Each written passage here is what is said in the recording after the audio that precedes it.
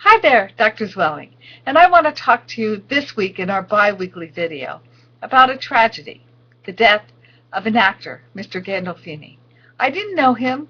You probably didn't know him either, but we do know his story.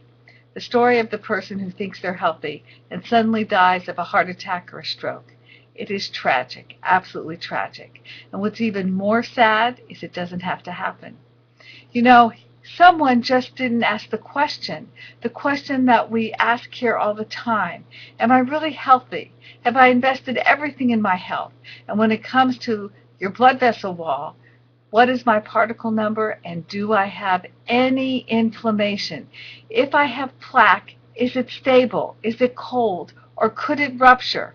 We've all heard the stories. I've talked to you about them here. The person who goes to the doctor and thinks he's healthy, he's had a coronary artery angiogram, and oh, things look beautiful. And then something tragic happens on the golf course. That's what happened to this fine actor in Rome, Italy, with his son, of all things. An absolute tragedy. And again, I impress upon you, it doesn't have to happen. You know, if we ask the right questions in healthcare, maybe we'll find the right answers. And the question when it comes to heart attack and stroke is not what is my cholesterol. That question is old. That's yesterday's news. Today's news, what's my plaque? Do I have plaque? Is it rupturable? Is it vulnerable?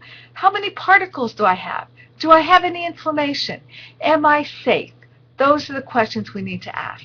That's what we try to answer here when we look at your particle number, your plaque 2, your myeloperoxidase levels, when we look at your CIMT and your CAC scores.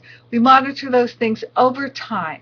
And while I can't guarantee everything because I'm certainly not God, I'm just your doctor and your friend, I guarantee you that we're going to do everything we can to answer the right questions. First by asking the question, and then by finding the answer. The question in this case that this actor's doctor never asked is, did he have inflammation? I'm sure he probably had a family history since he died so young. And once again, how can I correct the problem? I will lead you to an article in the newsletter that we talked about this week, and that's about obesity. Everybody thinks obesity is a disaster, and indeed nobody wants to be overweight. I'm not professing that, and I want you all to look good and feel great. You know how that is. But I want to impress upon you that obesity doesn't cause heart attacks. It does not. Contrary to popular belief, there have been many studies, and you'll see it in the newsletter, where people have lost weight and it hasn't decreased their risk of heart attack or stroke. Once again, wrong question. The right question is, do I have plaque that is vulnerable? Could it rupture? And how do I stabilize it? That's the question. I promise you we'll give you those answers here at Choice Care. Have a wonderful week. Have a great 4th of July. Happy birthday, America. Take care now. Bye-bye.